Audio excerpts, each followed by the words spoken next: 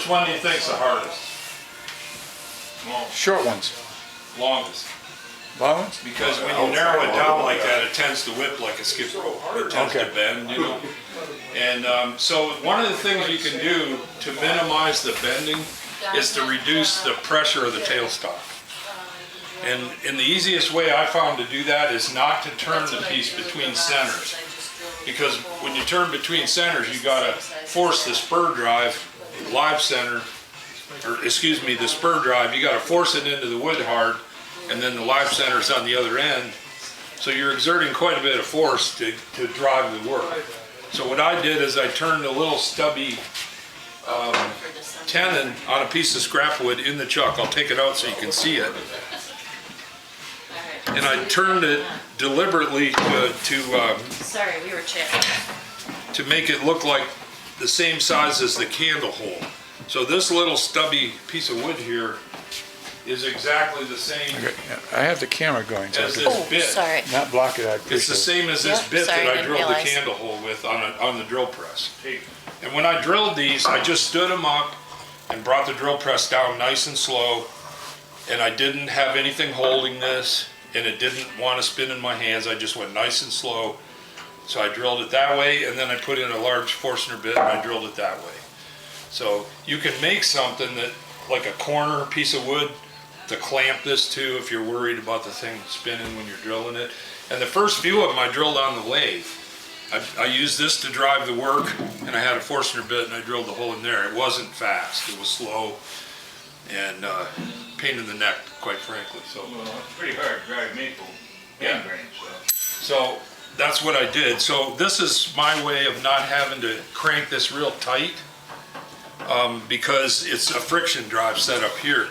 And if you make this little stubby guy long enough, it hits the bottom of the hole in there. So that drives the work pretty efficiently. Yeah, go ahead and take So the you're edge, using and I'll sit on a little the stool. bottom of the hole to actually, as a pressure point. Yeah, in theory. It's all, I didn't measure when I drilled all the holes, so some are a little shallower, some are a little deeper. You could have made the stub tapered so that when it went in, it would stick a little better? It is tapered a little bit. Okay, okay. It's a nice fit. So, the only thing I do is crank now, and I've got this one-way live center. Do you guys know about those? No, Here's a one-way live center. I have one. You use it all the They're time. probably the I didn't know it was finest called a on the one-way. market, Why is it a one-way? because I think the bearings are really good in these. So here's what comes with it. You got this, which has the bearings. It's got really nice bearings in there. It's got a rod that fits through there, so once it's in there, it can't turn. There's a little tiny point that's removable that comes out of there. And then they have a cone attachment, or they have a bigger cone attachment. And the other cone attachment reverses. And I don't know what these cost now, but I guess $250. I don't think they're that much, I do. do you? I think they're at least $180. I can't Because remember what I think I paid gave for mine so long ago. 130 or 40 for mine, my first one, which is this one. And believe it or not, this one came on a $100 Jet Mini that I bought off Craigslist. And it had a step center too, which are $39 to $49. So, but I really like these, and you can remove the point, which sometimes is, So what, but why is it called a two-way? it's a one-way Or a live one-way. center. It's a brand name. So the brand Oh, name the is, brand name is one. When I I bought didn't it, I know it didn't was get the it, brand yes. name is one that's the way. box that came in. Yeah. Don't ask me why I kept it for 25 years. That's all I right. keep a lot of things for longer. So when you go to sell it, you put it in the box and somebody, collector will say, it's in the original box. Yes. think it's a real antique. Yeah. So Anyway, they're very helpful to I have. did. I'm holding it for the camera. The other thing in you there? can do is you can turn Okay. Okay. You can turn wooden things that fit over the threads, wooden cones or Yeah. wooden dowels or whatever you need to go into something. But All right. these self-center into that hole that's bored. Yeah. So you really don't have to snug this that much because it's being driven by friction over here. It also can bottom out in the hole and exert friction down in the bottom of the hole. So the first thing I do is true up both ends, and then I turn this to a round cylinder. And at that point, it looks like this. Just been turned around. That's the candle end, that's the live center end. And I chose a medium one today. I could have done a tall one, but I just thought for the club I'd turn a medium. So first thing I'm gonna do is, I think I'll go ahead and round the whole thing first, then I'll turn the two ends, and then I'll start going for the taper. Questions so far? Getting back to that center, because with that live center, with the point in, you got to, once you put it in there, that point makes an indentation, and you're married to that. If you take the point out, you can A move cup. it. It's a You cup. can move it a 16th or 32nd to get it in perfect Yeah. balance or whatever. So that's an important part of that. And on those pieces that are behind Gary there, all those spindles from Mackinac Island, you have to be very accurate when you make the X on the ends, that you get it right in the middle, because the two ends are gonna be square, and all of that turn middle section, If you it's wanna take your gouge and make that a round cylinder before you turn all the details. So Yeah. every one of those needs to be Dead pretty on. darn close in size, that round section in the middle.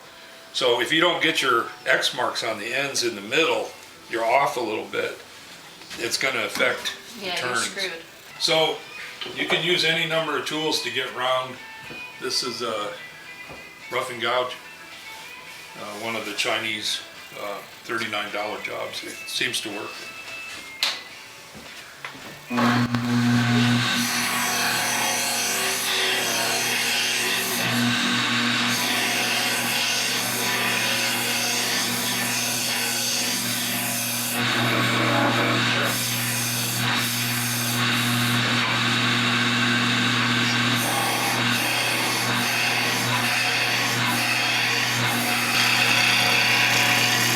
When you use one of these, if you spend all your time right in the middle, it's going to dull the middle. It'll still be sharp up a little higher on both sides. So I'm not just using the middle all the time. I'm letting it run uphill a little bit on each side. And when you finally get where you're round, you can actually use it like a skew. And you can use the uppermost part before the sharp corner. And it cuts just like a skew. It'll give you a really nice smooth cut. It cuts in both directions.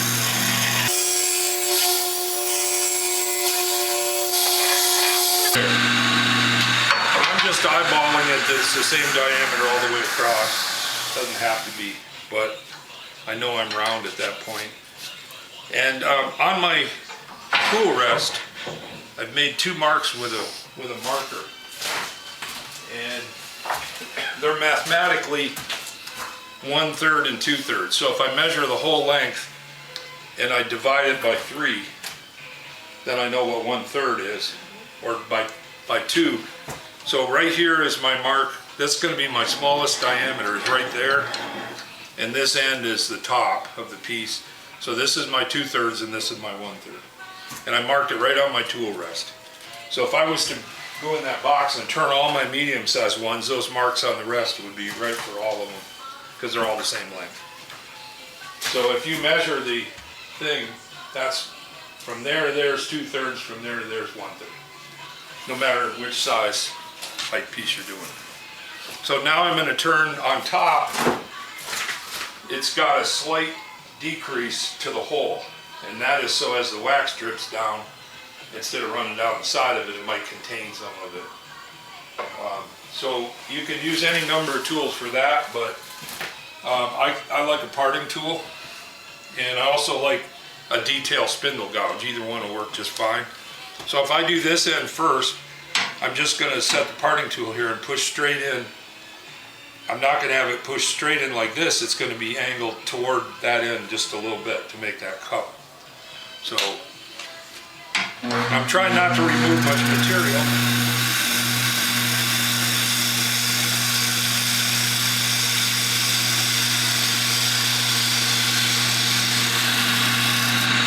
And then I can use the side of the tool just a little bit. It'll tend to flip over if you're not careful, but just a light touch, you can take that sharp corner off. And then I made this tool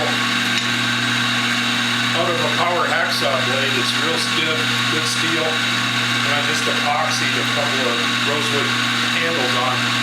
And I'm going to use that to get the last little bit in there.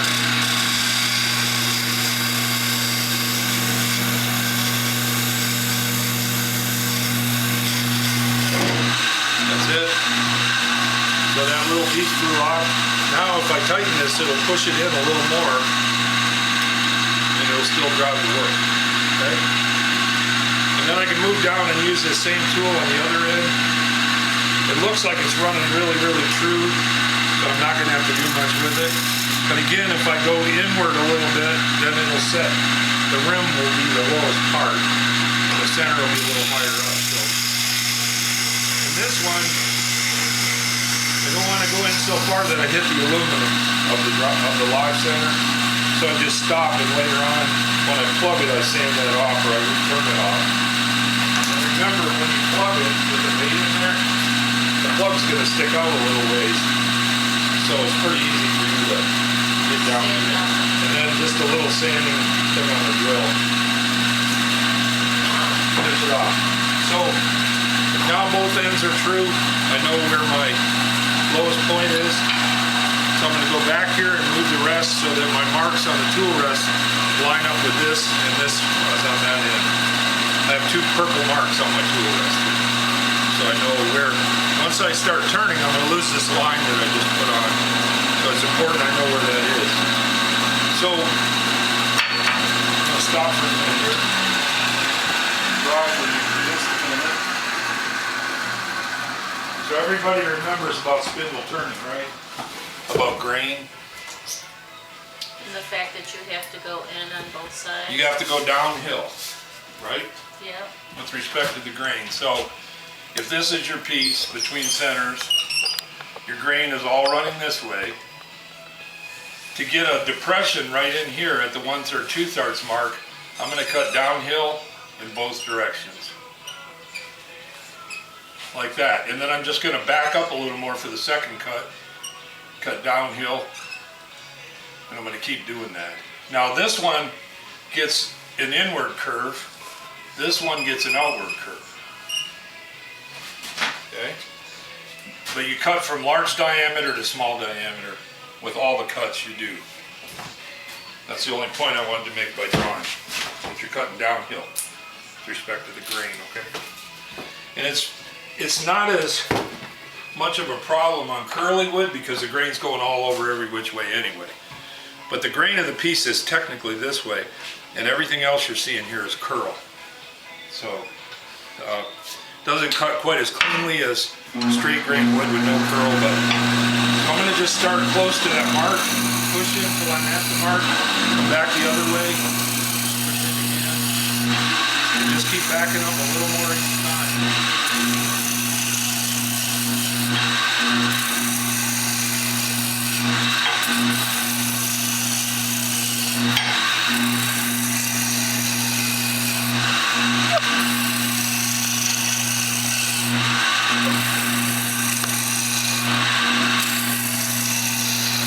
Starting to pay attention to the upper third, that it's an inward curve. This one's an outward curve now, the lower section. So.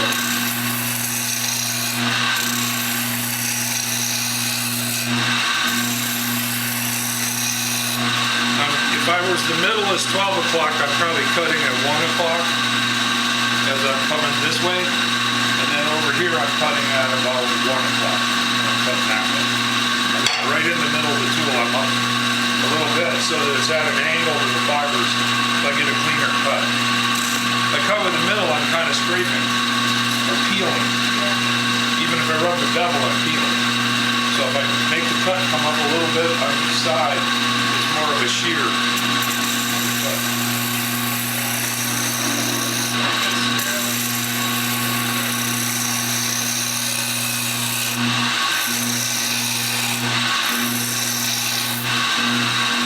Back the other way.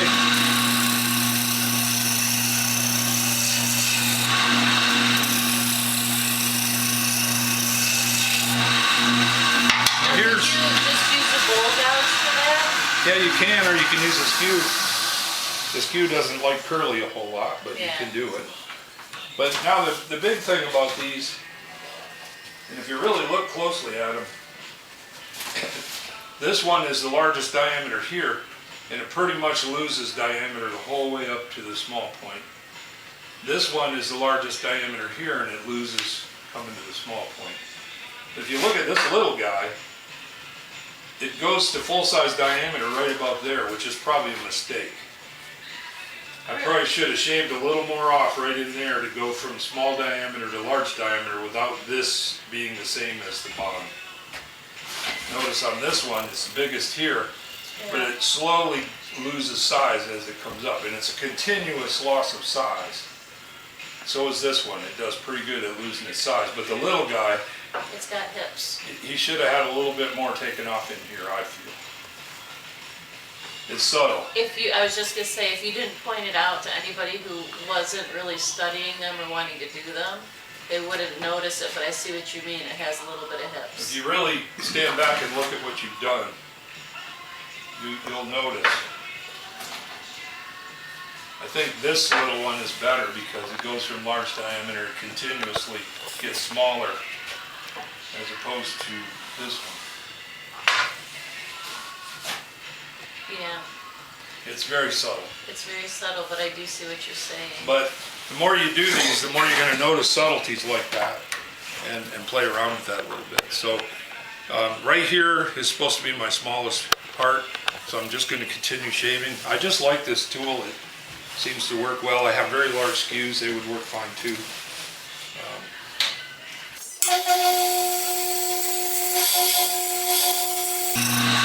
I don't really look right here. I look back here. I do that too. Look at the ghost.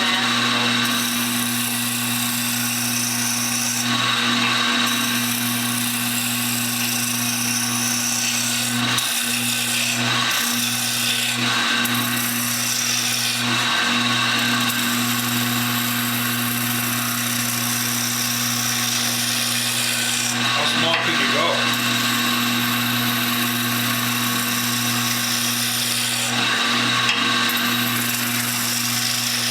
It's like a lampshade. How thin can you turn it?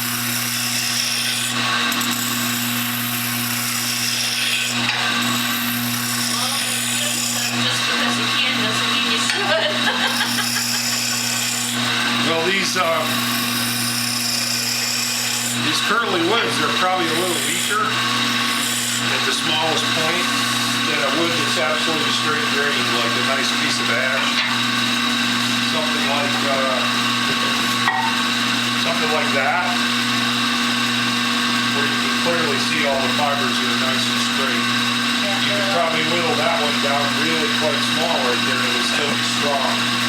So when you have all this curly grain, there's a sort of a limit to how skinny you can go.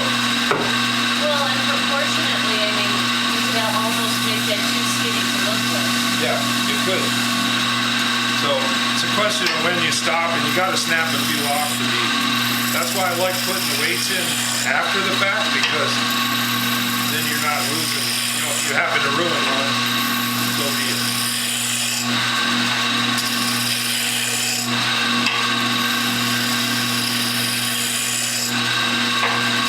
I haven't had near enough coffee for this either.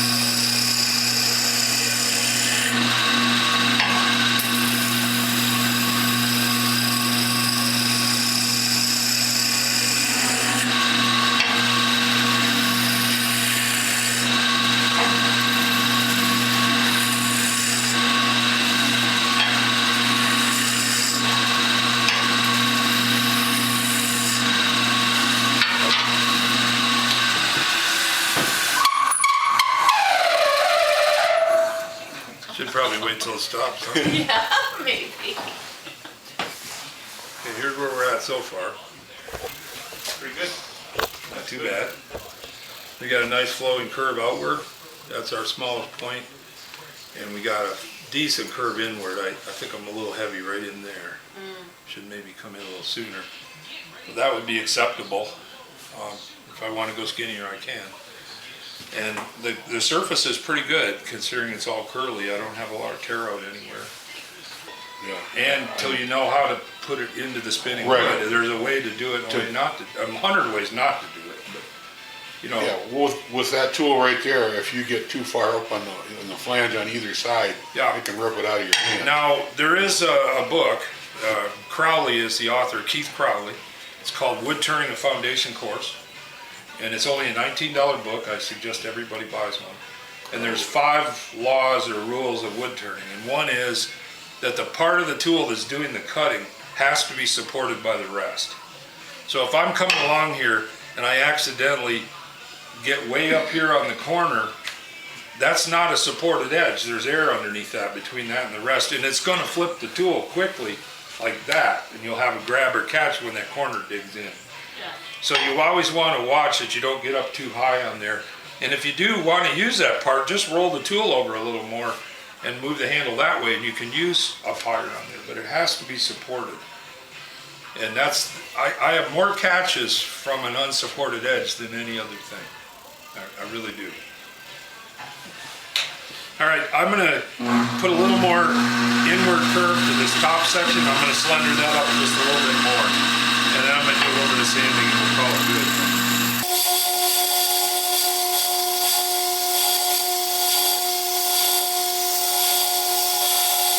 Looks fairly smooth. Okay, I'm gonna go for the rest just a little higher than I like for this. And remember, the smaller the diameter, what's your friend?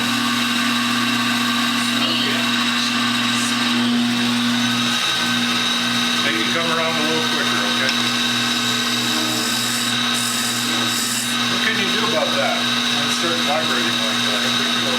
Lighter cut. You can put your finger back here, put your hand on top of it, and just absorb the vibration. So as hard as you push with this is how hard you push with that. It cancels each other out. So if you're pushing real hard with this, you're gonna get a hot finger. Yeah, just a little bit of the fluid. Sorry, I'm taking away your view there of the camera. Wrong way.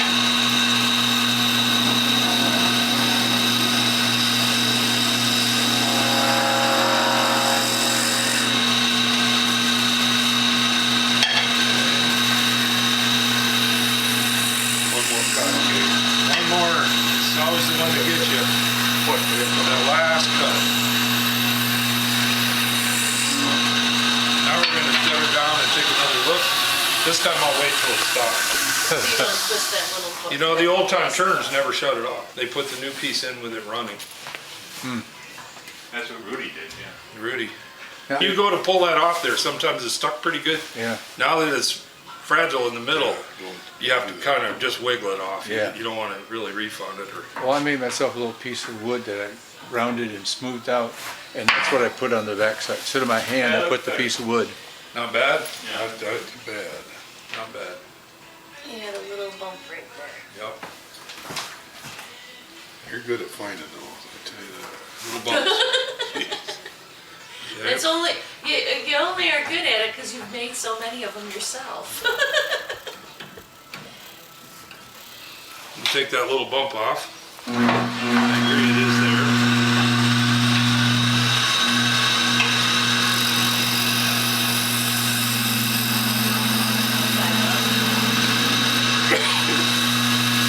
There it is. So, 2 tools so far, right? Cut the 2 ends with this. Did the other one with that. Parting tool. Yeah, parting tools, that's it. So, we're ready to sand. When you sand, you slow the lathe down, so you don't burn your fingers. And you don't get heat cracks on the piece you're working on, like bowls, end grain bowls especially. Get that out of the way.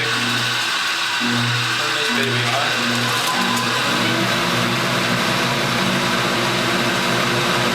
So where should we start? What kind of grit? We got a few little tool marks on. I think I'll start with 120. Really? You got vibration marks there, you know. Little spirals going on. Spirals, yeah. So when you get little spirals, you're moving the tool ahead too fast. If you slow down your rate of movement of the tool, you won't get the spiral. I can see little spirals, Jim. So this is a very worn out piece of 120. I think it'll be good enough.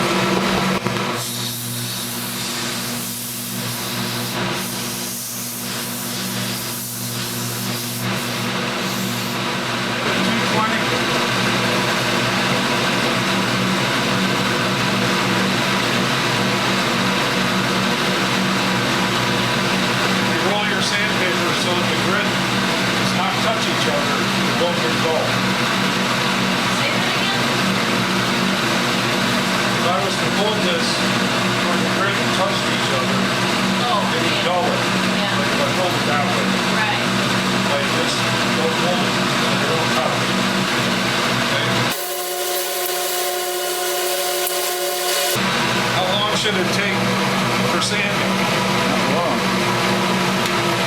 How long should it take to sand? not long. That 220 you just used? Less and less time with each grit. Yeah. that- So when I go from 220 to 320, it should take less time with 320 than it did 220. All I'm doing is removing the scratches from the previous grit. And the finer it gets, the less time it takes to do that. So I have some little scratches going this way.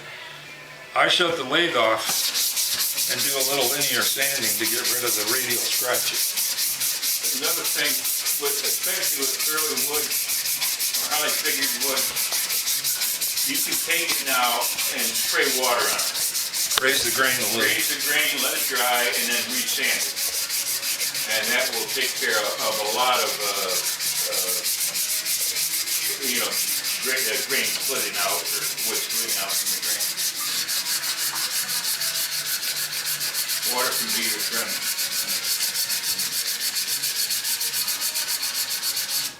I know we normally don't sand at our demos, but I'd like you to see how wonderful this finish is too.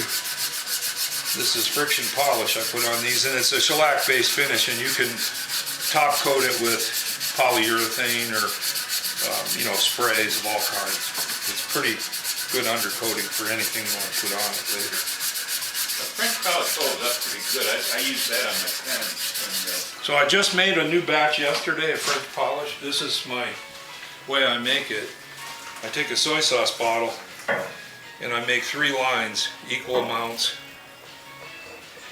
I use pure alcohol, no water in it, denatured alcohol for the first third, linseed oil, boiled linseed oil the next third, and then the final third is shellac, clear shellac. And when you see it settle out, you can see the layers right there. Yeah, it's But you give it a good shake before use and it blends. And it dries super fast because of the alcohol.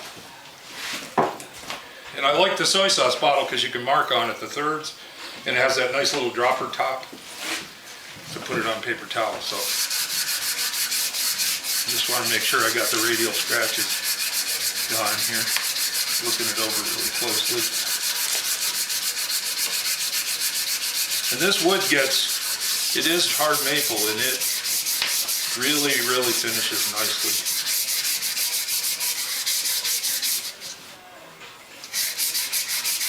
Down here at the bottom.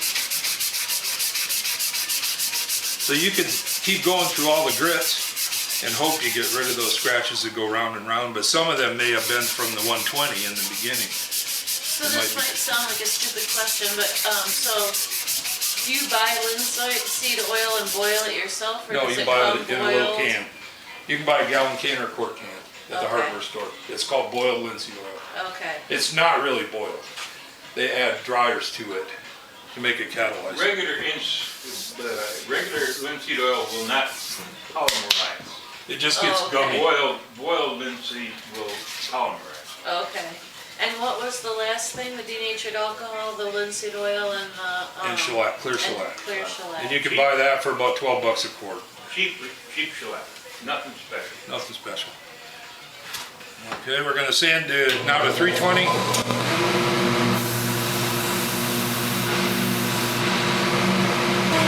And I don't see hardly any scratch marks, but I'm gonna give this a quick go this way.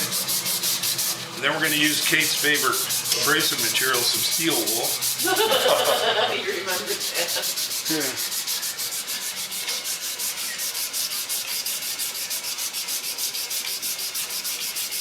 He has an aversion to that. Yeah, I know, she doesn't like it winding up on the drive center probably. No, I don't like it getting little gray things in the grain, especially ash. There, I think that's plenty good. And we could actually go to 400s, keep going. No real need for it. Here's some 4-aught steel wool.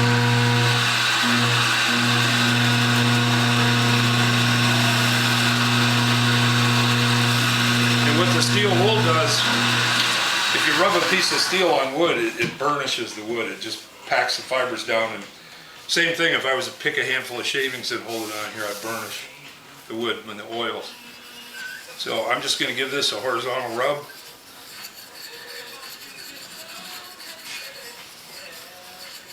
And I think that's pretty darn smooth, and that's all the sanding.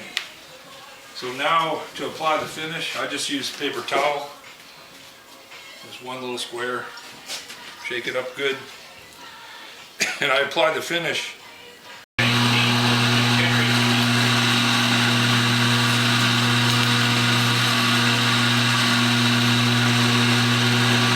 Now if you wanted to apply more coats on the lathe, I'd recommend you take the steel wool, give it a rub down, because it makes micro scratches that the next coat sticks to. It helps to key it in a little bit. On a white wood, you gotta be careful though, because if you leave fragments of steel wool behind, you gotta blow it out or clean it out. This is just such hard Yeah, maple. that's why I don't like the steel wool, is because I always have black marks. So I think that one's pretty far along. Oh, you can apply more coats of lacquer or friction polish, whatever. Now it's stuck on here pretty good, and I'm afraid to tweak it. So I just take a screwdriver, go up in the top, do a little prying, just gently. Pop it out. Just pry it on there. There. Doesn't take much.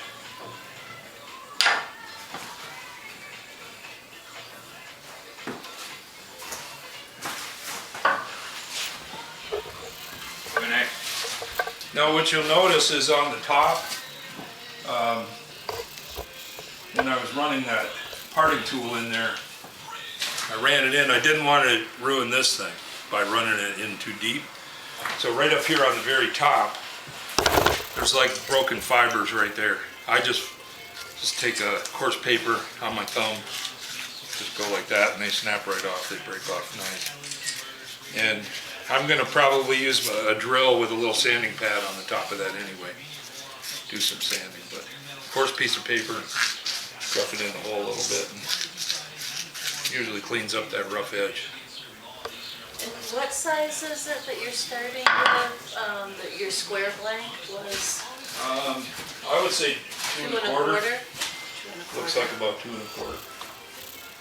There would be some advantage of having larger diameter for the tall ones. They're not so tippy. But the weight really helps to weigh them, you know. And on these tallest ones, I drill further up in than on the other ones and put more weight, because they are taller, more prone to tipping over. That's my Ewell Clanton Rudy Solnick imitation. Right there. Good job. Cool. Not Pretty bad. good, pretty good. So I think any of you guys can do that.